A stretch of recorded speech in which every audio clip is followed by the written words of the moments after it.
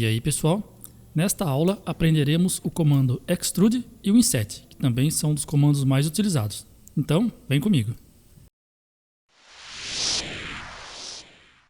E aí, pessoal? Vamos dar continuidade então à introdução do Blender. Bom, nesta aula nós vamos ver mais dois comandos, que seria o extrude e o inset. Então vamos selecionar o nosso cubo e apertar o Table para entrar no modo de edição do cubo, né?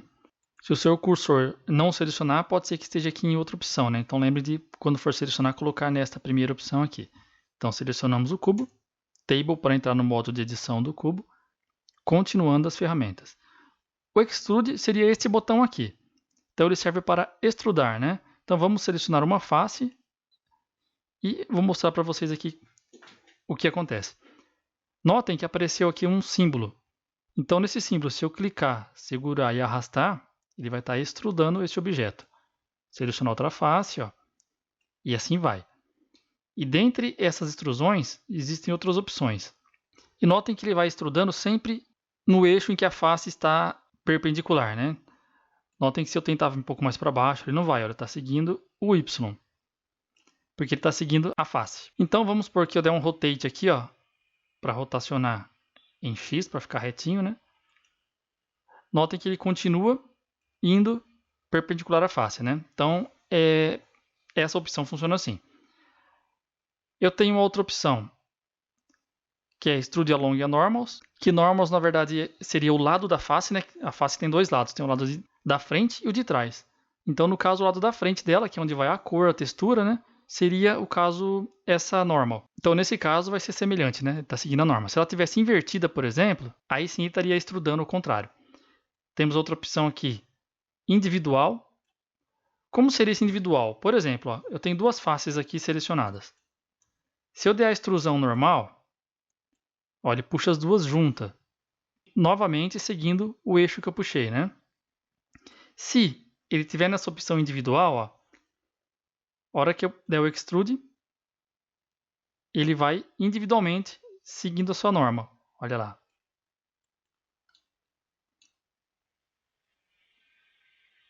E esta última opção, ele vai para onde tiver o cursor. Por exemplo, eu vou selecionar uma face aqui.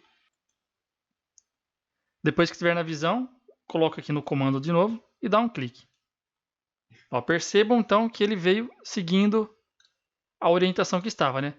O risco de não estar aqui certinho posicionado numa vista, né? É que ele vai dar uma distorção. Por exemplo, se eu clicar aqui, ó, tá vendo? Ele vai distorcendo. Então, tem que ter um certo tipo de cautela na hora de usar esse tipo. Vou dar um Ctrl Z aqui para voltar um pouco o desenho. Esse extrude também, quando a gente aciona ele, igual eu mostrei aqui, a gente pode estar puxando ele. Se eu segurar ele e apertar o X, ele vai vir em X, ó. O mesmo para o Z, se eu segurar ele aqui, apertar o Z, ele vai ficar preso em Z. E a forma mais usual, que no caso é a que eu prefiro, né, é utilizando os atalhos. Vamos resetar aqui, vou mostrar para vocês o atalho. Para o atalho, então, deixamos aqui no modo de seleção e usamos a tecla E para o atalho. Então eu vou selecionar aqui então uma face, aperto o E, sigo para o lado que ela tiver, né? Normalmente ela vai seguir a orientação da face. No caso, essa face está perpendicular a Z, né? Então ela vem retinho a Z. Mas eu posso estar digitando X, Y ou Z mesmo também. O risco de usar esse modo aqui pelo atalho, único é o seguinte. Digamos que eu apertei o E para dar extrude e me arrependi, eu não quero usar ele. Eu dou o ESC para cancelar, a extrusão continua ali. Eu não deletei ela. Podem ver que se eu der o comando G para mover, ó, ela está ali. Então, quando eu faço isso, ou eu dou o Ctrl Z duas vezes. Agora, se eu der o G, ó, tá mexendo a de cima, né, mas a de baixo. Ou simplesmente eu deleto a face que ele criou, porque ficou face sobre face. Mas fora isso, eu acho muito mais usual, porque, por exemplo, seleciono a face, aperto o E de Extrude e vou extrudando. Aperto o E de novo. Ó. Se eu quiser mudar a direção, eu aperto o E, eu posso estar criando ele, depois de criado, usar o R de Rotate, em X aqui no caso, né?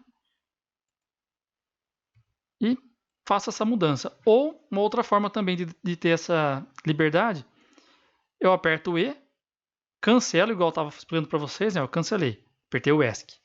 Mas ele continua lá a face. Então, se eu der o G, eu manipulo ela para onde eu quero. Então, esse é o comando extrude. Tem várias possibilidades de usar ele, né? Nós vamos fazer um exercício prático depois e vamos estar utilizando ele também. O outro comando que eu quero ensinar para vocês é o inset. O inset é o comando seguinte e ele tem ele não tem as outras opções como o extrude, né?